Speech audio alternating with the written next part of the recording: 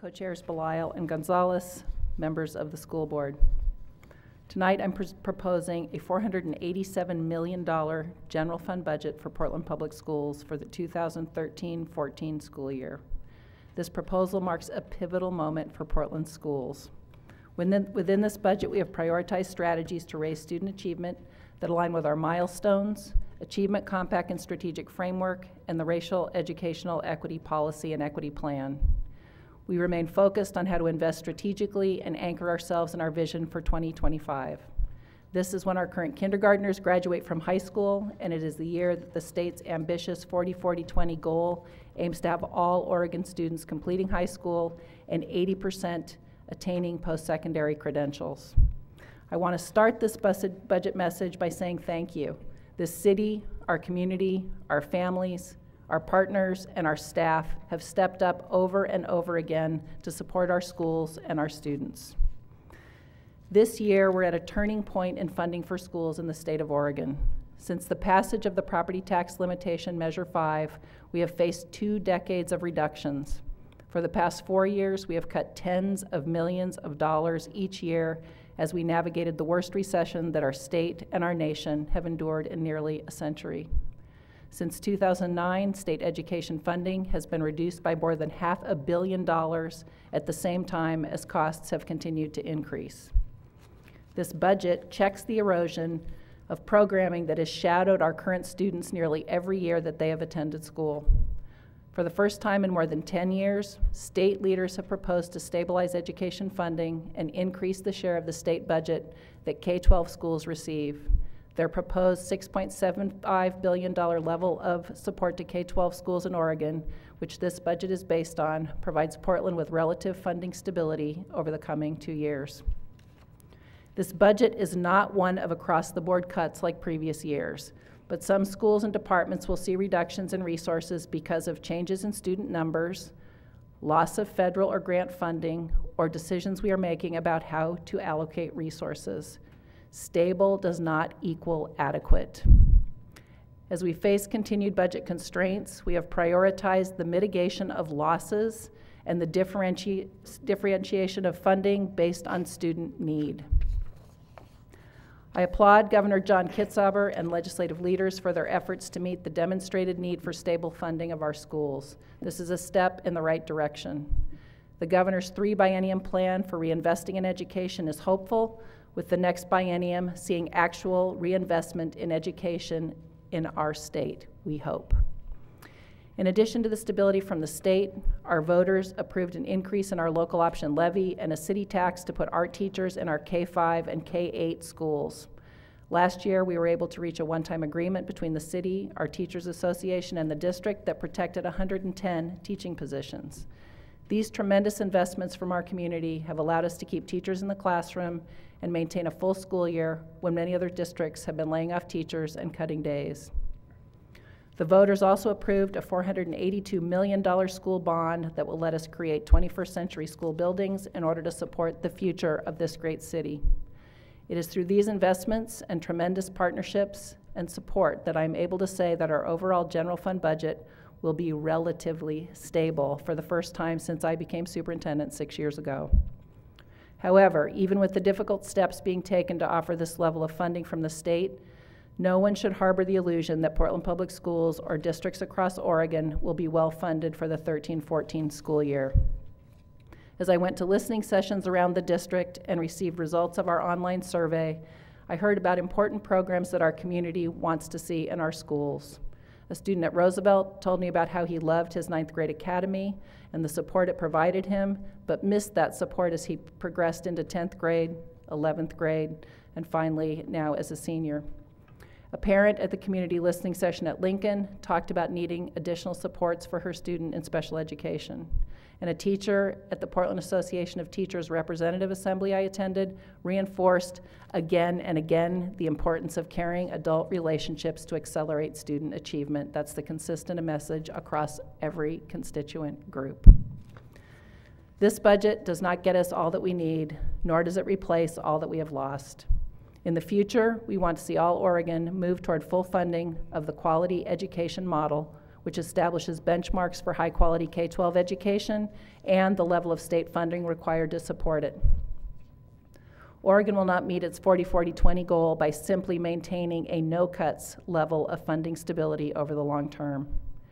We know that Congress's inability to avoid automatic across-the-board budget cuts, known as sequestration, will cost Portland Public Schools more than $2.5 million in federal funds that support some of our most vulnerable and underserved populations: special education, Head Start, English as a second language, and Title I, our funding for students on free and reduced price meals. The impact of education-specific sequestration cuts will be felt in PPS as early as June of 2013.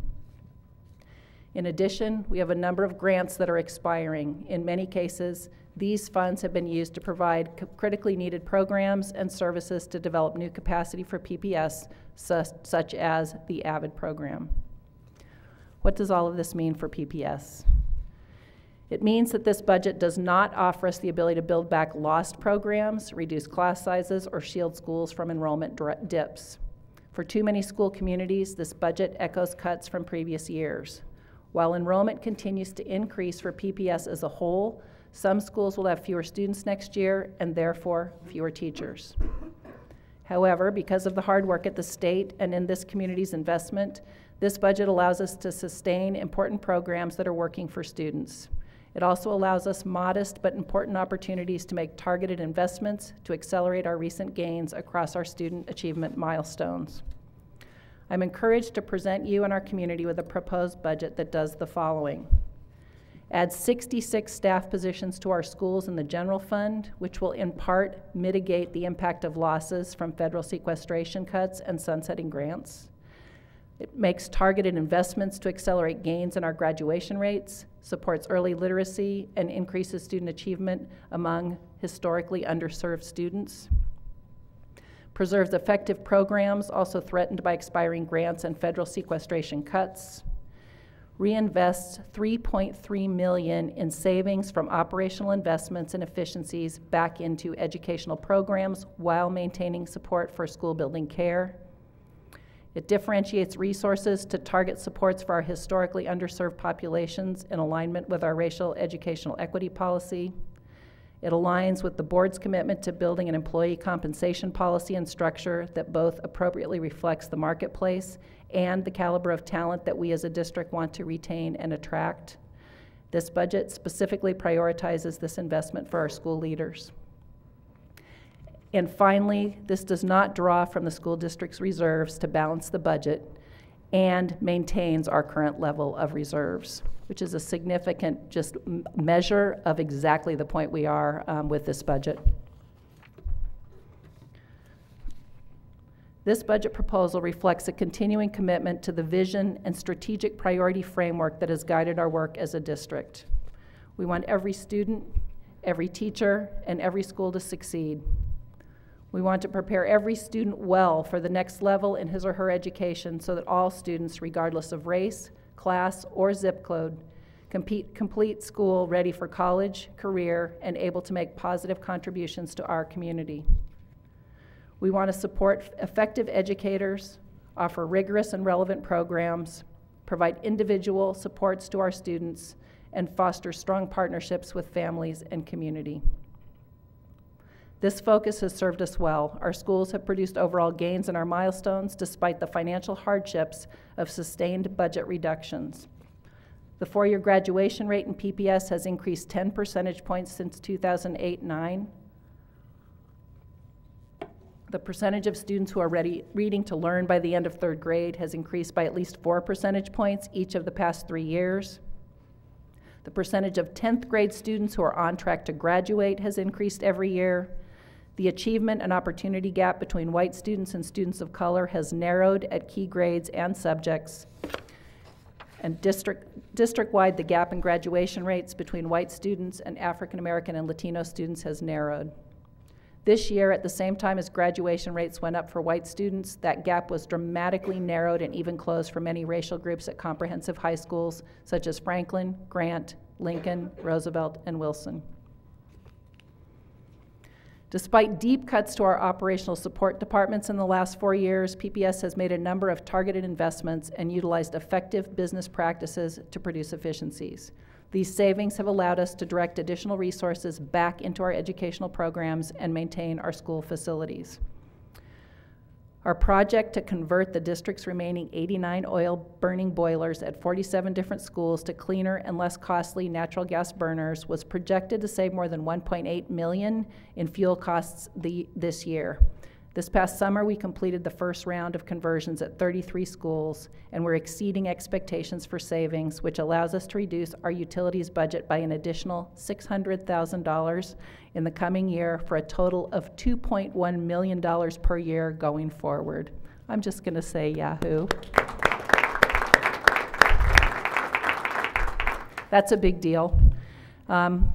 In order to manage the cost of custodial overtime, 8 additional full-time custodians were hired to cover the hours created by absences. This efficiency saved $40,000 even after the cost of adding the additional 8 full-time equivalent custodians. This is another great one.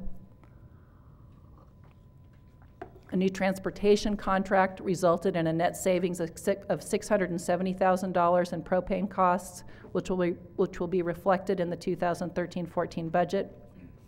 Over the last few years, the Transportation Department has also been working with special education to reduce the number of students who are transported by cabs. Through this reduction in purchased transportation services, the Transportation Department is saving an additional $180,000. In 2009, PPS completed the first large-scale solar roofing project undertaken by a public school district in Oregon when we fixed leaking roofs at 9 schools and installed 5,565 solar photovoltaic thin film modules. As a result of this work, we received an energy rebate of approximately $1.2 million. These funds can be used to finance facilities capital expenditures in 2013-14 and relieve costs to the general fund. Through a partnership with Multnomah County for purchasing paper and improved processes, our print shop saved $200,000 for the general fund. And in addition, IT has phased out some software maintenance agreements and implemented newer applications with lower annual maintenance costs, saving the school district approximately $285,000. Our finance departments have made reductions of over $300,000 by reorganizing to eliminate positions, reduce overtime and payroll after a software system upgrade, and reducing non-personnel expenses. And then finally, in addition to the $3.3 million in operational savings that are being redirected, we have general fund dollars that have been used to finance several debt service requirements through transfers to other funds. We paid off one such debt in 2012-13 and are making a final reduced payment on the custodian settlement debt in 2013-14. The cost to the general fund for this debt service will be reduced by $4 million in this proposed budget. So I'm just going to say those are all really significant impacts on the revenue we have to work with to provide services to kids. So I'm going to just stop for a minute to appreciate that.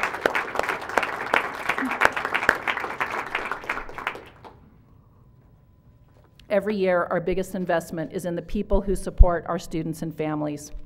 I heard across all stakeholder groups that the top priority for this budget was to get more adults in schools working with our students. I am proposing a net increase of 66 FTE in the general fund for schools, which in part offsets the impact of reductions in grants and federal funding. Staffing in our schools for 2013-14 is based on the following: the projected student enrollment, an equity formula allocation, the new arts tax, and additional supports for focus and priority schools and for high schools. In addition, we're increasing our maintenance of effort in special education by more than $2 million. We also, this next year, expect a decrease of students identified for English as a second language services, all of which impact our staffing. In keeping with previous year's socioeconomic status, or SES allocation, we are providing a portion, 4% of the staffing ratio to schools, with high percentages of students on free or reduced price meals. As Title I funds have decreased and we limited the number of schools receiving those funds, this SES allocation has provided key resources to schools such as Sabin, which no longer receive Title I funds, to sustain the strategies that have led to gains in student achievement. It's also clear from our data that students in poverty are not the only students we need to target for resources and services. In alignment with our racial educational equity policy and our milestone and achievement compact targets, I am also allocating another 4% of the staffing ratio to schools with a high percentage of historically underserved students. The combined historically underserved measure is defined by the state of Oregon in our achievement compact as students from one of the 4 historically underserved racial groups: Black, Latino, Native American, and Pacific Islander, students who qualify for special education services, students who are eligible for free or reduced price meals, students who qualify for English as a second language services. This new allocation differentiates resources to schools to address closing the achievement and opportunity gap for our historically underserved students. We have set ambitious targets for all of our students, and we must resource schools to fund the strategies and the supports needed to ensure that all students succeed. These equity allocations are an important investment toward those goals. Thanks to the voters of this city, the arts tax will fund 45.5 arts teachers in our K-5 and K-8 schools, ensuring that every student has access to visual arts, dance, music, or theater in grades K through 5. Research has demonstrated the academic benefits for students who participate in the arts. We know that across the country there has been a persistently inequitable distribution of arts in schools. Our city has helped to eliminate this gap in service. We want to thank you once again. So I'm going to just do a call out to our city.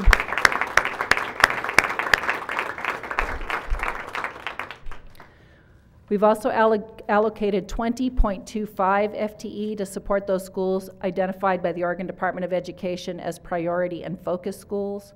These schools are identified as the lowest performing 5% and 15% of Title I schools in the state, respectively. We are requiring that these targeted FTE must be used to provide school-wide support in specific ways that have proven successful in our own schools and in schools nationwide. Examples include capacity building, for example, reading specialists, and provision of social emotional supports, for example, counselors and school social workers. So we're being directive with how that FTE is used. So we're also directing support toward early learners. While we've seen important gains in our third grade milestone, we've now set an ambitious goal of 100% of this year's kindergartners reading to learn by the end of third grade in 2016. The significance of this goal was reinforced in our student listening session, where a high school student talked about how important it is to be on track in reading in the early grades, because once students fall behind, it is extremely challenging to catch up. In this year's budget, we continue to prioritize a number of key strategic investments to accelerate this work, as well as preserve our investment in effective early learner programs in the face of federal cuts. We maintained our commitment to full-day kindergarten by preserving almost $5 million of funding in Title I schools for the second half of the day that is not funded by the state. We maintained our commitment to target kindergarten class sizes of 25 or fewer through a separate staffing allocation for kindergarten, and by providing additional staffing capacity set aside to respond to unexpected increases in kindergarten enrollment in the fall. We have prioritized K-3 literacy and English language development in the upcoming language arts curriculum materials adoption. We are committing $1 million to these two areas, $200,000 in this budget and $800,000 in the 2014-15 budget in order to complete that adoption for the early grades. And this is really a K-12 adoption, of which we're prioritizing the early grades as the piece we'll implement immediately. We will expand our early kindergarten transition program to all 9 priority and focus schools and preserve the program by moving its funding from Title I into the general fund. And you recently heard about this program where students are practicing kindergarten during the summer, highly successful. So this will now be in all of our focus and priority schools. We'll preserve funding for key early learning programs such as Head Start, pre-kindergarten, and the SIA program to support literacy for Latino families. And that remains with Title I. At the community listening sessions, students and parents have been clear that the cuts we've taken in our high schools have been felt deeply. State funding cuts have increased staffing ratios at all grade levels over the last 4 years, but the impact of these cuts has been compounded in our high school system by a demographic wave of declining enrollment that is making its way through the system and reaching the high school grades. 2 years ago, we changed to an 8-period high school schedule, which is common in Oregon school districts, in order to staff schools more efficiently and mitigate the pressures of reduced funding. That strategy enabled every high school to preserve programs and protect class sizes, even with the reduction of 45 FTE that year. Today, high schools are able to offer as many class sections as they did 3 years ago, and students on average are taking more classes. I have heard from many high school parents and students about their frustration over student schedules. PPS is constrained by an arbitrator's decision that limits the number of classes most students can take to 7. The only exceptions to the arbitrator's ruling are academic priority students and students receiving special education services. We have requested that the arbitrator reconsider this decision and will continue to advocate for the ability to offer all of our students a full schedule. This is one that's a topic of great concern in every conversation I've been in out on the budget listening sessions. Many grants and federal funds that have been used to support high school initiatives are sunsetting, reduced, or unstable. These include our voluntary public school choice grant, school improvement grant at Roosevelt High School, the foreign language acquisition grant, a small learning community grant, Title IIA funds for professional development, which are being reduced, Title I supports for students on free and reduced price meals being reduced, and a high school graduation initiative grant, which is uncertain because it's tied up in the federal conversation. This budget proposal continues to mitigate some of the cuts we previously took in high schools, as well as the reductions associated with the loss of federal funding and grants by investing 35 additional FTE to specifically support high schools above the general school staffing formula.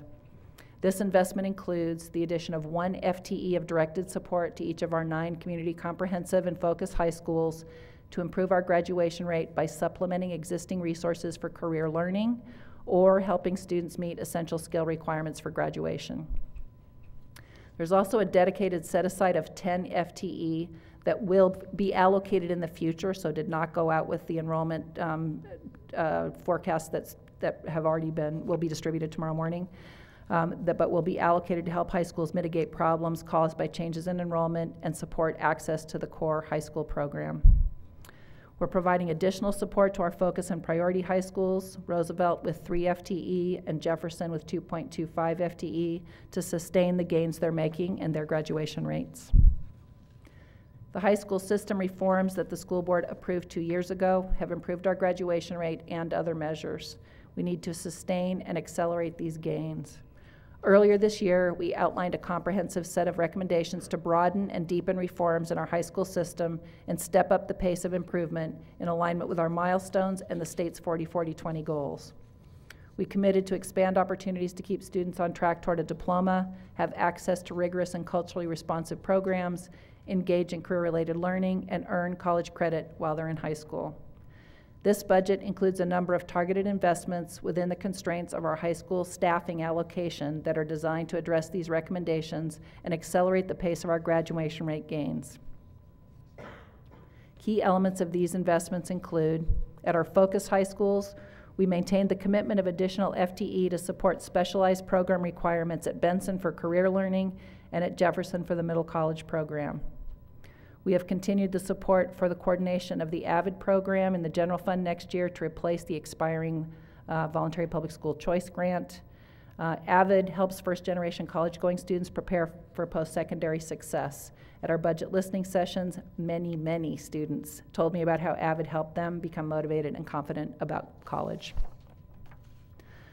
We're prioritizing credit recovery opportunities for students who are not meeting the 10th grade on track to graduate benchmark, and we're adding general fund support for summer scholars, which was previously funded through voluntary public school choice grant, which is going away.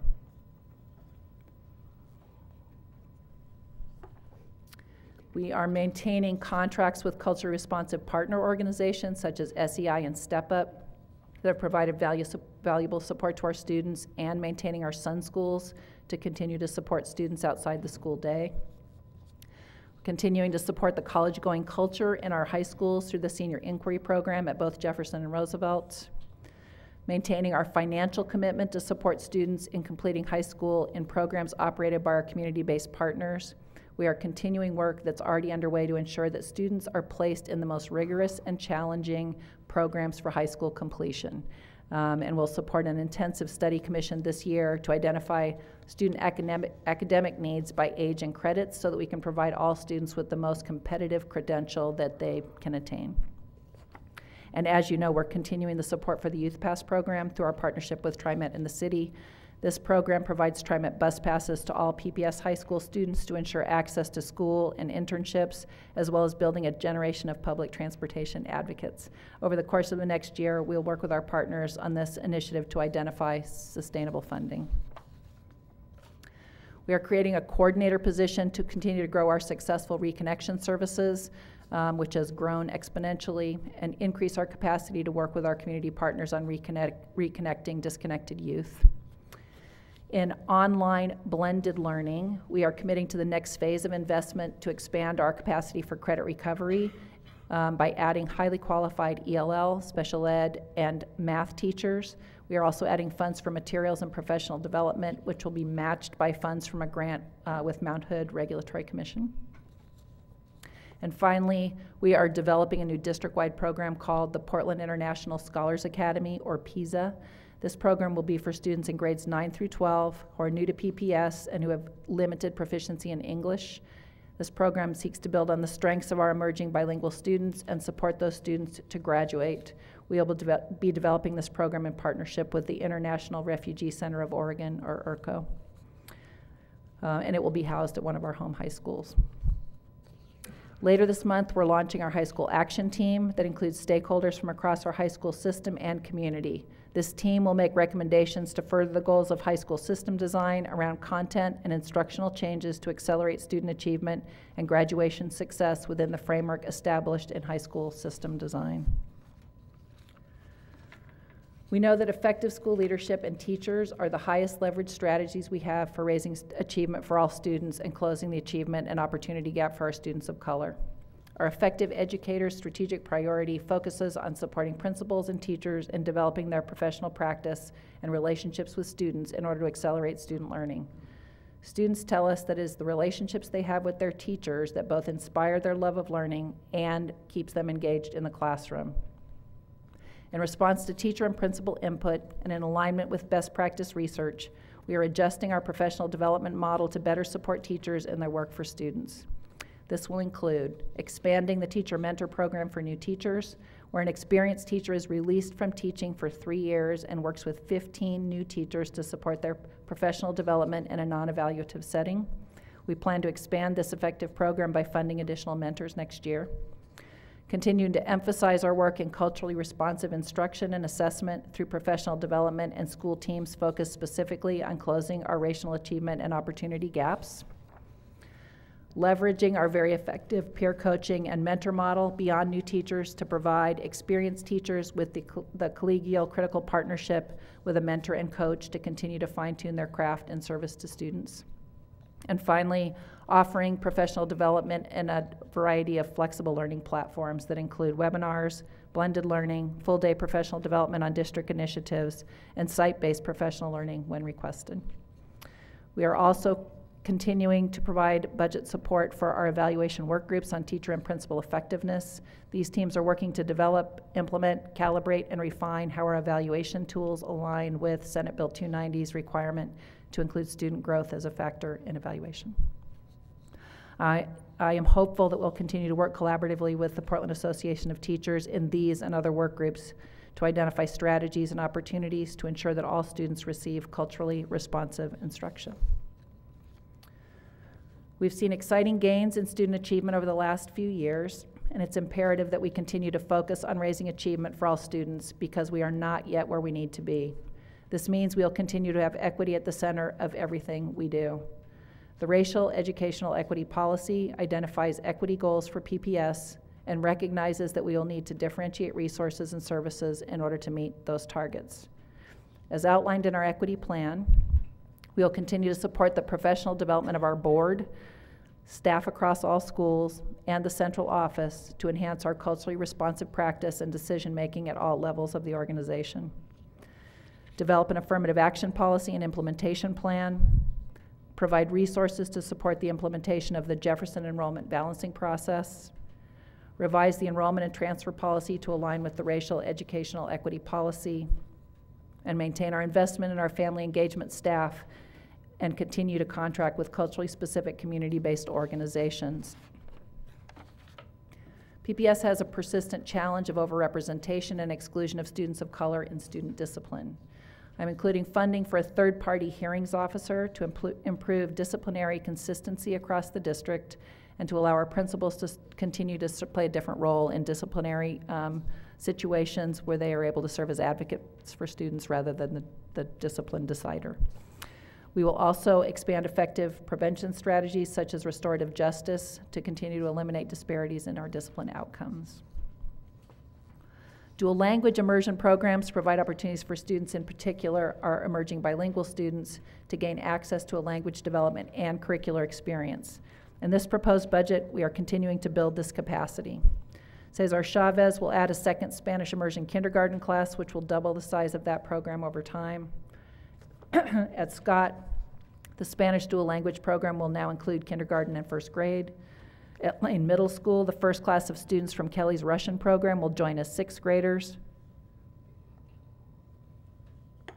And over the next year, we will be planning for 2 new dual language immersion programs to begin in 2014-15, one Spanish dual immersion and the other world language, which is still to be confirmed. As you know, we have balanced our budget over the past several years by asking our employees to make sacrifices in compensation.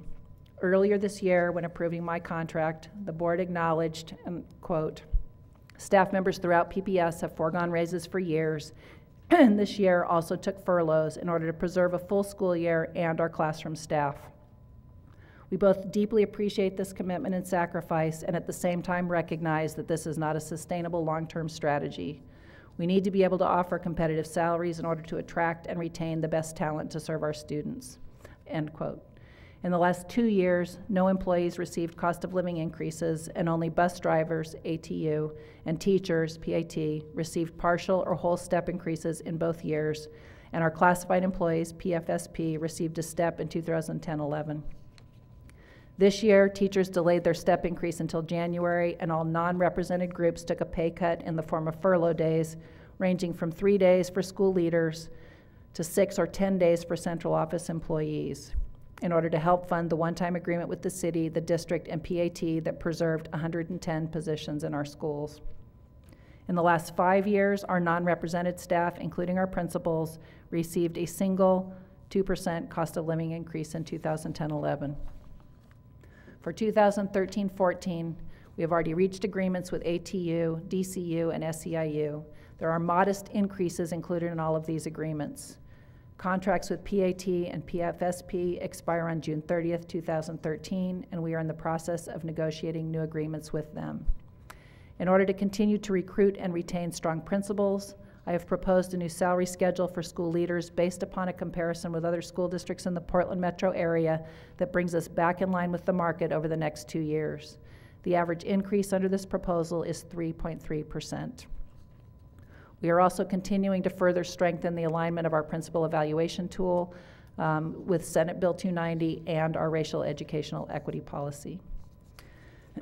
In this budget, I have also included a step increase for other non-represented employees.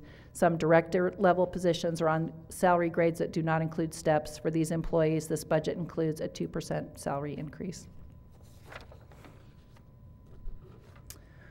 One reflection of the relative stability that I described at the beginning of this message is that PPS is not using reserves to balance this year's budget, nor is the district adding to reserves in the current fiscal climate. In this budget,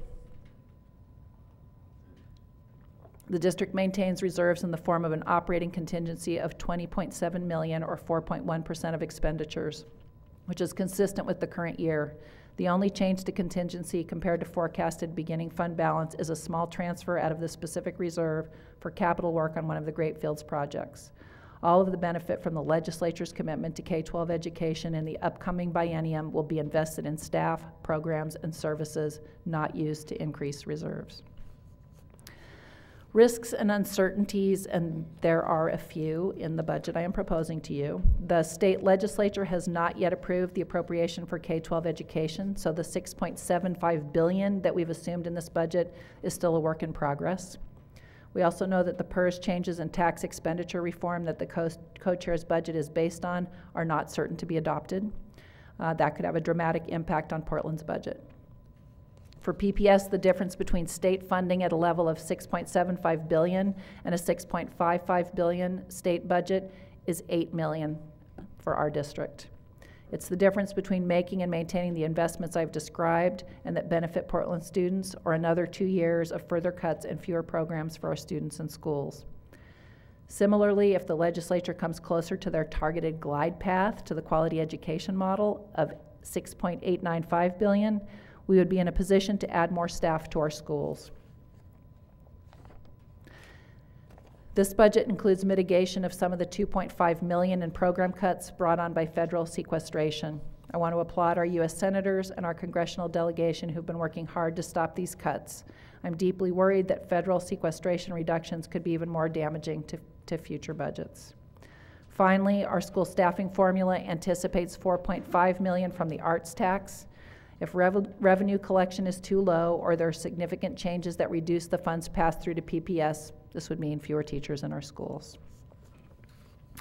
Assuming that the state legislature funds K-12 education at the equivalent of the $6.75 billion proposed by leadership, this budget represents a year of relative stability for Portland after years of reductions.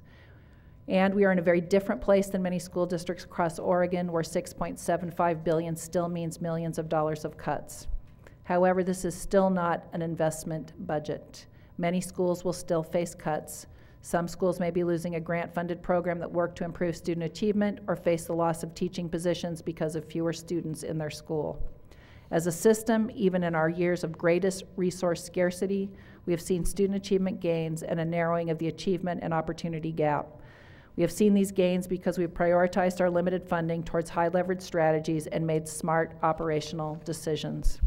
In every budget, we have consistently informed those investments by maintaining a focus on our student achievement milestones, targeting our limited funds to accelerate student achievement, keeping equity at the center of our decision-making.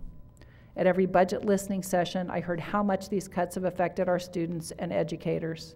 And this budget will not replace all that we've lost, but it has allowed us to mitigate other reductions in a number of places, including our high schools. It has also allowed us to continue to better align our practices and resources with our student achievement goals and the racial educational equity policy. In the coming years, our priority is not just to avoid cuts, but to invest in programs that support students and in strategies that work. With additional funds, our schools could expand effective interventions that are helping to narrow the achievement and opportunity gap for our most underserved students, including students of color, hire additional teachers to stabilize or reduce class sizes, restore key programs and electives such as full-time library and PE in elementary schools, offer high school students more classes and increase access to career learning education, fund full-day kindergarten and expand early learning opportunities, and restore classroom assistants and school support staff. And this is the wish list you heard in every budget listening session and more, but people just hungry for what we want to build back. These investments will only be possible if our governor and legislative leaders continue to make schools their top priority in future legislative sessions. We will be counting on their continued leadership. The future is promising for Portland Public Schools. We've continued to make gains toward all of our milestones despite years of budget cuts. We have aligned our milestones and strategic framework with our local and state partners and identified academic strategies that we know are working, and we are just beginning to build the school facilities of the future thanks to Portland voters' approval of the historic school bond measure last year. I look forward to continuing this important work with all of you. Thank you all for the work you do on behalf of our students.